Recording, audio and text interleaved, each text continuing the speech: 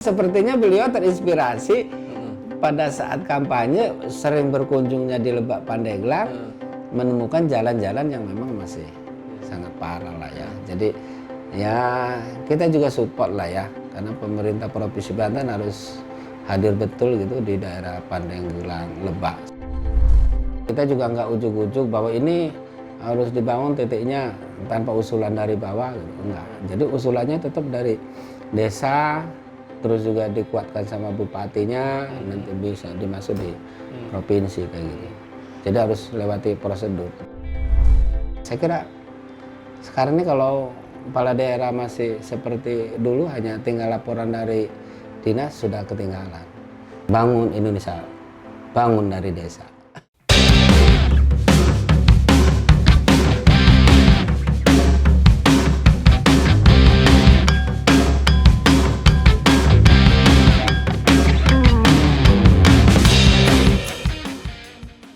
Halo Tribuners, jumpa lagi dengan saya Wawan Perdana. Kali ini di program Parlementer Corner. Kita kedatangan tamu sangat spesial ini, anggota DPRD Provinsi Banten, Pak Ishak Siddiq SEMM, anggota Komisi 4 dan Ketua Fraksi Partai Amanat Nasional. Ya, benar. Apa kabar Kang? Alhamdulillah, baik. Kita akan ngobrol banyak nih Ya. soal yang sedang hangat hari ini kan. Lagi tren lah ya. Lagi tren ya, karena kabarnya juga jadi perbincangan di nasional ini. Soal Jalan Bang Andra. Iya. Itu ada akronimnya itu ya. Iya. Pembangunan Bangun jalan desa. Bangun Jalan Desa gitu kan ya. Iya. Singkatannya.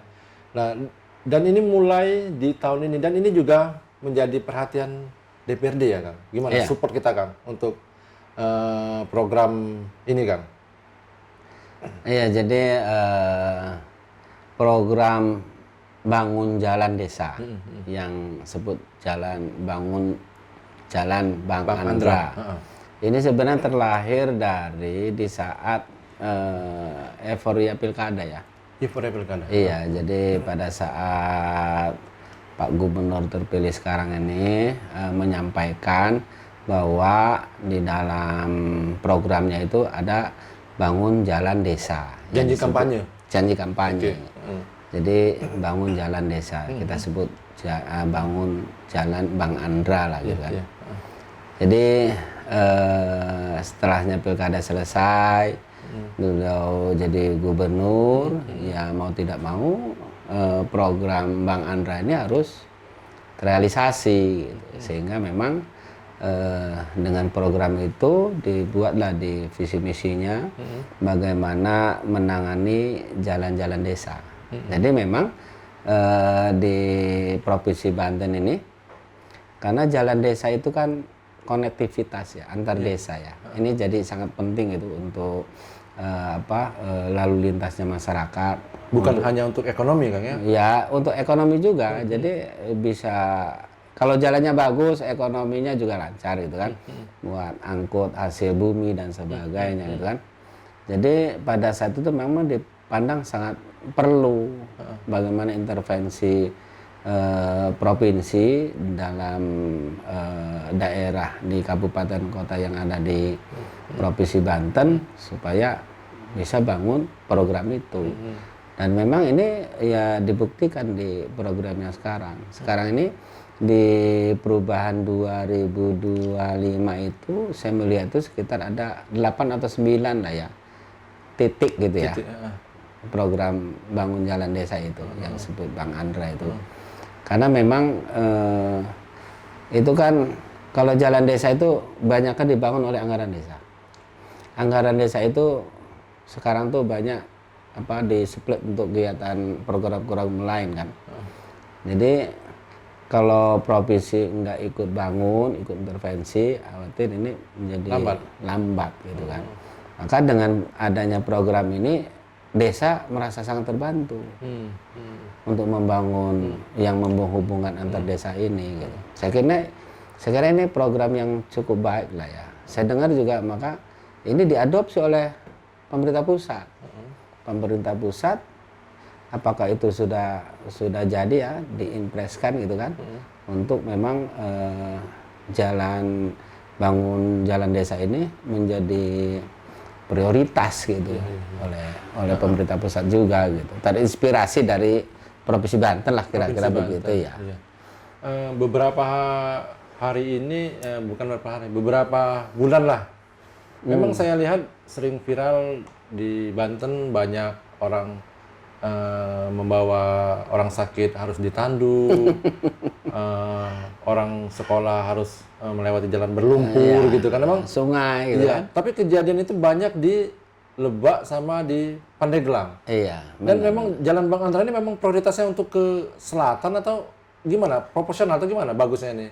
Ya sebenarnya karena ini ya Pandeglang dengan Lebak ini kan luas wilayahnya kan sangat luas lah ya. Jadi pemerintahan kabupatennya sepertinya memang belum sampai menyentuh ke arah sana gitu. Kan ya ada keterbatasan anggaran lah ya. Makanya menjadi prioritas untuk pembangunan jalan desa itu memang lebih banyak pada Pandeglang Lebak. Pandeglang Lebak itu ya di saatnya beliau kunjungan kampanye dulu banyak menemukan ya usulan-usulan masyarakat dan memang jalan-jalan itu ya memang banyak yang belum disentuh. Jadi wajarlah akhirnya terinspirasi bagaimana supaya menarik, maka diberikan judul Bang Andra bangun jalan desa. Gitu kan. Ya memang sepertinya beliau terinspirasi pada saat kampanye sering berkunjungnya di Lebak Pandeglang menemukan jalan-jalan yang memang masih sangat parah lah ya. Jadi ya kita juga support lah ya. Karena pemerintah Provinsi Banten harus hadir betul gitu di daerah Pandeglang Lebak. Sekalipun memang ya di Serang juga masih ada lah beberapa gitu kan. Karena ngelihat juga kemarin di Serang itu ada mungkin sekitar 4 atau 5 titik lah ya yang dibangun dengan program Bang Andra itu. Sudah dibangun? Ya usulannya harusnya sudah mulai dibangun gitu ya. Itu usulannya itu melalui suara ke DPRD, ke Dewan dulu atau dari kabupaten kota? Kabupaten kota ya. Jadi desa mengusulkan ke kabupaten kota merekomendasi diterima di provinsi. Kayak gitu. Kita juga nggak ujuk-ujuk bahwa ini harus dibangun titiknya tanpa usulan dari bawah gitu. Enggak. Jadi usulannya tetap dari desa, terus juga dikuatkan sama bupatinya, nanti bisa dimasuk di provinsi kayak gitu. Jadi harus lewati prosedur tetap seperti itu. Hampir dari Februari Bang Andra Sony dilantik dan ini sudah November. Itu evaluasinya di mana kalau Dewan lihat itu? Kecepatannya, serapannya atau seperti apa tuh Kang dalam tahun ini Kang? Ya sebenarnya di tahun ini itu kan meletakkan dasar-dasar programnya ya. Karena kan di 2025 ini kan sudah masuk di bulan apa tuh ya, tidak masuk di awal tahun kan 2025-nya ini, maka masuk penyusunan anggaran iya ya? Dimasukkan di perubahan dan ini sudah diletakkan gitu visi misi itu gitu kan. Saya kira ya programnya cukup bagus dan juga penyerapannya juga realisasinya cukup baik lah gitu ya, karena memang sekarang ini di mana-mana kepala daerah ini tidak hanya diam di kantor, tidak hanya di atas meja. Nah, ini sudah memulai gitu keluar, melihat perkembangan di daerah-daerahnya kayak gimana, apa yang harus dilakukan. Saya kira ini suasana yang cukup bagus lah ya untuk kepala daerah bisa melihat langsung, bisa langsung bersentuhan dengan masyarakat. Program juga jelas, memang itu harus betul-betul dikuatkan. Gitu. Saya kira sekarang ini kalau kepala daerah masih seperti dulu hanya tinggal laporan dari dinas sudah ketinggalan. Memang harus kayak begitu. Nanti kabupaten jadi tambah santai nih gimana Kak memperhatiin? Ada sinkron sharing dananya gitu. Iya sebenarnya. Ada nggak angkanya berapa sih jalan desa yang belum tersentuh, berapa kilometer gitu dan step-step Ya targetnya? pastinya setiap kabupaten kota punya datanya, punya data di mana jalan ini memang belum dibangun, jalan yang baru dan sebagainya, adalah semua. Tapi ya memang jalan-jalan yang status kabupaten juga banyak yang dinaikkan jadi jalan provinsi supaya meringankan kabupaten gitu kan. Banyak juga yang di statusnya dinaikkan gitu kan. Nah, ini sebenarnya ya dalam rangka membantu juga kabupaten. Tapi ya bukan berarti leha-leha, nggak juga. Karena dia juga semakin penduduknya bertambah juga jalan-jalan barunya gitu kan. Misalkan di sini kan satu kampung yang tadinya hanya dihuni oleh beberapa orang, sekarang sudah nambah gitu kan. Nah, ini juga kan butuh jalan baru gitu. Seperti itu. Jadi nggak bisa juga kabupatennya udah ini tangan sama provinsi, jadi mungkin tugas dan kewajibannya semakin sedikit, ya nggak juga, karena seiring dengan pertumbuhan penduduk, kebutuhan infrastruktur juga akan bertambah, kebutuhan lain juga bertambah, seperti itu. 2026 gimana? Itu memang kita tambah anggarannya atau seperti apa? Ya, 2026 ini Di tengah pemangkasan TKD ini. Gimana? jadi memang pemerintah pusat ini ya rupanya kalau saya melihat sih pemangkasan ini semangatnya gitu. Semangatnya supaya yang ada ini betul-betul dimanfaatkan secara maksimal dan betul-betul menyentuh kepada hal-hal yang memang kebutuhan masyarakat. Jadi sepertinya itulah ya, yang ingin digiatkan gitu dengan Menteri Keuangan yang baru ini, luar biasa karena memonitor sekali gitu keuangan di daerah sejauh mana pemakaiannya, jangan terlalu banyak juga mandang di perbankan gitu kan kira-kira. Jadi saya kira sih semangatnya gitulah ya, kita ambil hikmahnya gitu kan. Tapi artinya memang ada pengurangan budget untuk Kalau infrastruktur. pengurangan budget sih pastilah ya, karena dana transfer itu berkurang gitu kan. Sudah barang pasti. Tapi kan kita semangatnya supaya hal yang tidak penting nih harus dikesampingkan dulu lah gitu kan. Kalau masyarakat butuhnya infrastruktur harus segera selesai, ya infrastruktur jalan lah harus disegerakan gitu kan. Kalau adanya biasanya melimpahkan orang biasanya ya udah ini anggarin. Tapi kan kalau keadaannya memang agak terbatas gitu kan, ya udah yang prioritas kita harus lakukan dulu seperti itu. Sekarang sih memang kelihatan ke arah sana kebijakannya seperti itu supaya anggaran jauh lebih dirasakan dengan masyarakat. Bukan berarti yang lama juga merasakan gitu kan. Tapi paling tidak skala-skala prioritas itu menjadi sangat penting gitu. Seperti itu sebenarnya. Jadi sudah banyak daerah lain yang belajar ke sini untuk pembangunan jalan dari desa ini memang satu visi juga dengan pemerintah pusat ya untuk menguatkan ketahanan pangan, soal membangun dari desa, koperasi desa gitu. Jadi ini kan pemerintah pusat ini kan ya slogannya membangun Indonesia dari desa. Kebetulan ya memang menteri desanya komandan saya.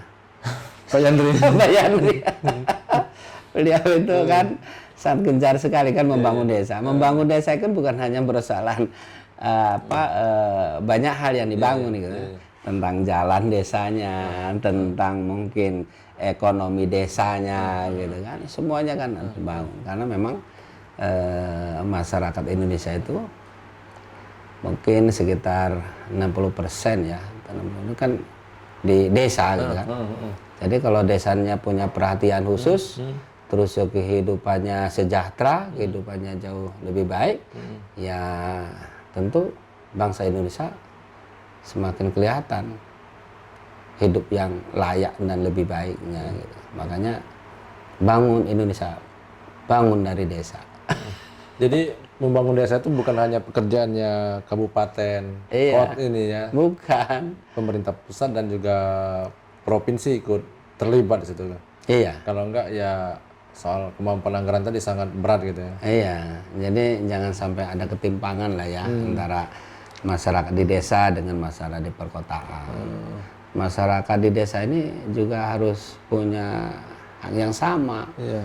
Mungkin tentang pendidikan, tentang kesehatan, tentang infrastruktur, tentang mungkin wirausaha dan sebagainya gitu. Semuanya. Saya lihat masyarakat desa sangat antusias dengan program ini. Kelihatannya waktu itu ada yang teriak-teriak nih. Apa tuh katanya ini hanya orang dekat aja bangun jalan desanya dibangun, artinya mereka tidak sabar jalan mereka juga dibangun gitu kan. Tapi sudah diklarifikasi oleh Pak Gubernur ini tidak ada hubungannya kedekatan seperti itu kan. Nggak ada lah, wong namanya juga kan udah tahu tadi saya jelaskan bahwa prosedurnya pengajuan bangun jalan desa itu dari desa rekomendasi disetujui oleh bupatinya, kepala daerahnya, baru masuk ke provinsi kayak gitu. Jelas sebenarnya bukan ujuk-ujuk dari desa ada yang bawa masuk ke provinsi langsung, nggak juga begitu. Karena jadi prosedurnya saking udah semangatnya jelas, tadi mereka kan iya, pengen ya mungkin dicol gitu pengen buru-buru daerahnya ditentukan bahwa ini mau dibangun kayak gitu. Saya kira sih seperti itu ya, karena memang antusias masyarakat bahwa pengen jalan desa itu ya menyeluruh dibangun. Tapi kan ya lagi-lagi kan kita juga berbagi dengan anggaran gitu ya. Siap. Terima kasih Kang Ishak Sidik. Iya. Pandangannya mengenai jalan Bang Andra nih, bangun jalan desa gitu. Iya. Kita akan jumpa lain waktu Tribuners dengan tema pembahasan yang lebih menarik lagi dengan Ketua Fraksi PAN dan juga anggota Komisi 4 DPRD Banten. Terima kasih Kang. Ya, makasih Mak.